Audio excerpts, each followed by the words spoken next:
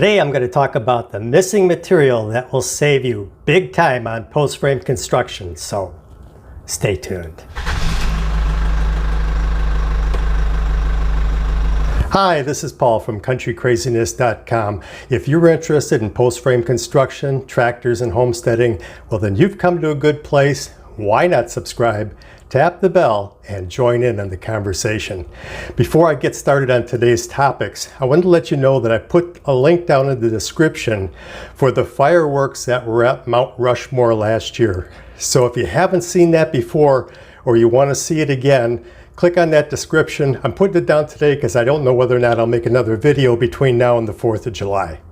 Now, the big thing that's missing in construction between a conventional stick-built building and post-frame construction is plywood and OSB. As long as you're building a single-story structure, you won't use one sheet of that type of material in the construction. And while dimensional lumber is very high in cost, it's starting to come down a little bit.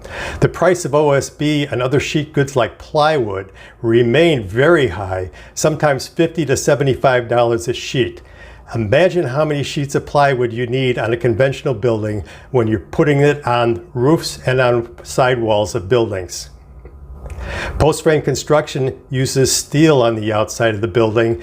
Only dimensional lumber is used.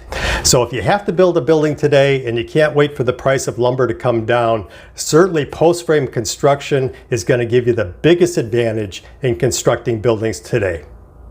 If you haven't already taken a look at the software that you can use to design your post-frame structure, check out this link up above.